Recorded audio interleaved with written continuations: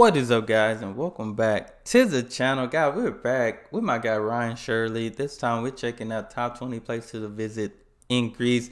Last video I did was top 10. Now we're checking out you might do the same 10 I already seen with an additional 10. So we're finna check this out. Y'all know what to do. Hit that subscribe button, send down those recommendations. Let's jump into this What's up, guys? My name is Ryan, and I've spent the last few summers exploring the wonderful country of Greece, and I want to show you my favorite places. So here's my Greece top 20.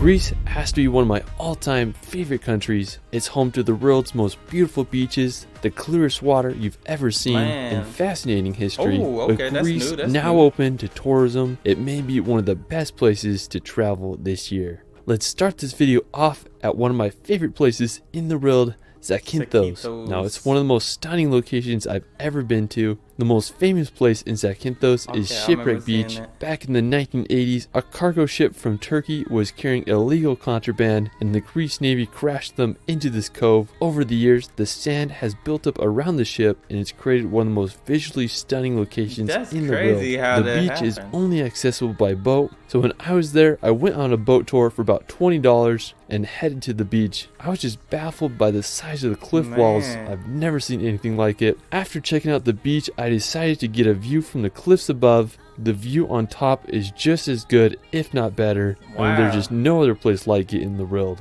Now, while we're still in Zakynthos, we're going to head over to the southern side to visit the small island of Monasteries. While I was in Greece, I wasn't able to get a rental car because I didn't have an international driver's license, but they still let us rent a boat. So me and my buddy George rented one for about $140, and we took off to explore the island of Monasteries. We drove around the island and docked there for a bit. After, we took off to this cove called Oasis Beach. It had these massive white cliffs, and we spent the rest of the day there. It was one of my favorite activities that I've ever done in Greece, and I couldn't recommend it more. After Zakynthos, we're going to head over to the beautiful island of Milos. One of the coolest places on the island is the Kleftiko Caves. You'll have to take a boat to get there, and there's lots of tour boats that can take you. They have these gorgeous white rocks that jet out of the water, and the water is just so clear. When I imagine Greece, this is what I think of. Another really cool spot on Milos is Santorini Beach. I don't think I've seen that in the last video. Made of lava that has been bleached by the sun and sea. Another really cool beach on the island is Tissigorado Beach. It's just such a cool little spot to enjoy the Greek sun and Mediterranean Sea. I mean, just looking at this footage makes me want to buy a plane ticket and go there now. Milos is definitely one of the first places I want to travel this summer. After Milos, we're going to head back to the mainland to visit the medieval monasteries of Meteora. Now, located in central Greece, about a 4-hour drive from Athens,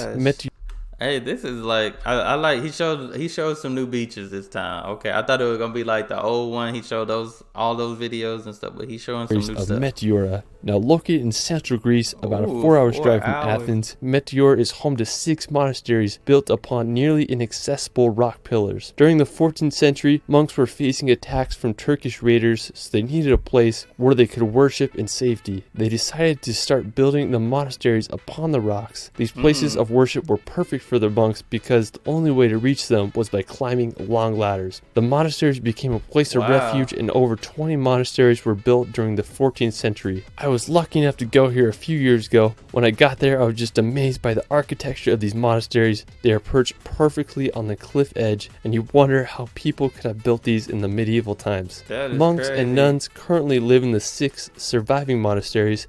The largest one is the Monastery of Crete and Mykonos. If you ever visit Greece, you gotta make sure you visit this magical place. Now, after, we're going to head over to the massive Vikos Gorge. Now, special thanks to my friend Victor Poznov for helping me out with this footage from here and many other places throughout the video. I'll link his channel in the description below. Now, Vikos Gorge is one of the most impressive geographical features in the country. It holds the world record for being the deepest gorge relative to its width, being over 490 meters deep in some sections. One of the best ways to see the gorge is from the Acropolis viewpoint. You'll be able to get an incredible panoramic views. Now, near the gorge, there are lots of charming little towns such as Konitsa. It lies at the base of the massive mountains, and it's a perfect place to stay if you want to explore Vikos and the surrounding area. Afterwards, we're going to head over to the seaside town of Parga. Now located in northwestern Greece, about a 2-hour drive from Vikos, Parga is the perfect secluded bay right on the Ionian Sea. Now, one thing I love about the city is that you have this little island with a church on it. It would be so fun to swim out to. There's also the ruins of an 11th century Venetian castle that you can explore. And it's just hard to beat the ambience of this charming town. After, we're going to drive down to the Greek island of Lefkada. Now, located about an hour from Parga, one thing convenient about Lefkada is that Guys, I just realized that I feel like I said Europe, but I don't think I did top 10 Greece. I think it was top 10 Europe.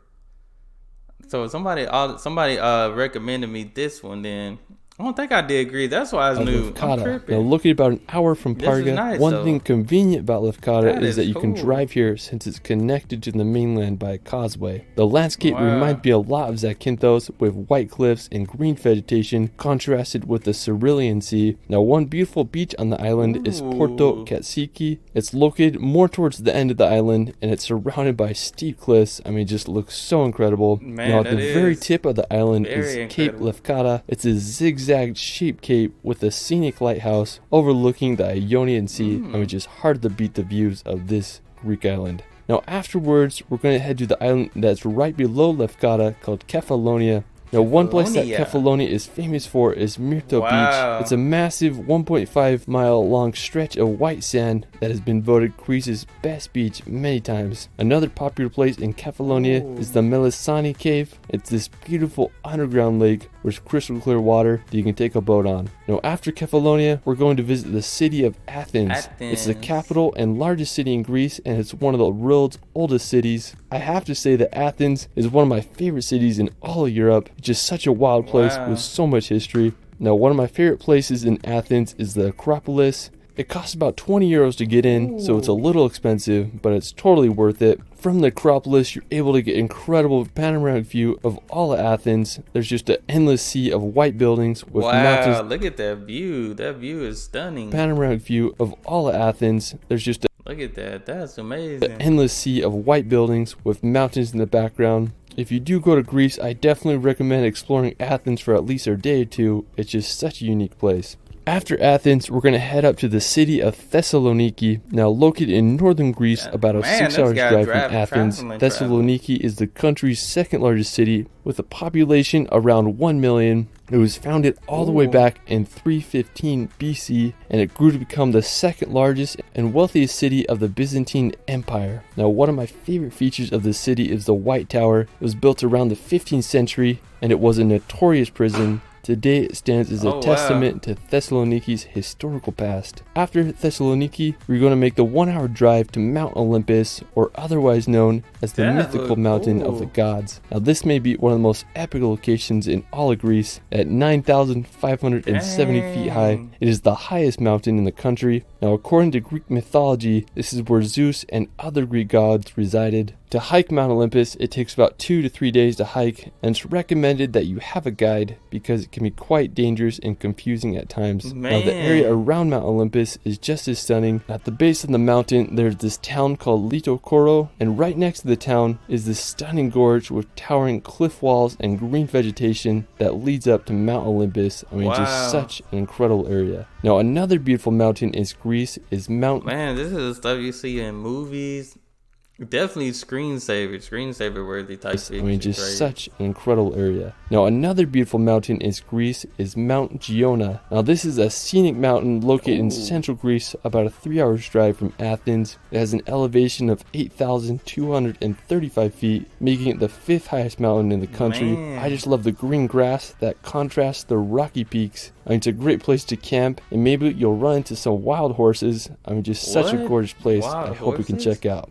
Afterwards, we're going to take a drive across the Rion Bridge. At nearly 3 kilometers long, this is one of the longest bridges of its kind. I remember driving across this bridge at night, and I didn't realize how huge it was. During the day, it's quite the sight as it crosses the Gulf of Corinth with the backdrop of the mountains. It was completed in 2004, one day before the Athens Summer Olympics. Talk about good timing. After, we're going to head to Voidokilia Beach. This may be one of the most uniquely shaped beaches in all of Greece. It resembles the Greek letter omega. I mean, just so freaking cool. Now, located about a 3-hour drive from Athens, Voidokilia Beach is the perfect place to spend on a hot summer day. Aside from enjoying the beach, you can hike up to the old Navarino Castle. It's an abandoned 13th century fortress. You'll be able to get incredible views of the whole area. Incredible. I mean, it's just such a cool place. Now, another fascinating spot in Greece. There's so much history up there. Of the whole area. I mean, it's just such a cool place. Now, another fascinating spot in Greece is the Corinth Canal. Now, located about an hour's drive from Athens, the Corinth Canal is 4 miles long that connects the Aegean to the Ionian Sea. Now, what's crazy, it was finished all the way back in 1893. Since it's so narrow, most modern ships can't make it through, but it's still a cool tourist attraction and fun boat ride if your ship can squeeze through the canal. Now, one of my favorite medieval places in Greece is the island of Monevasia.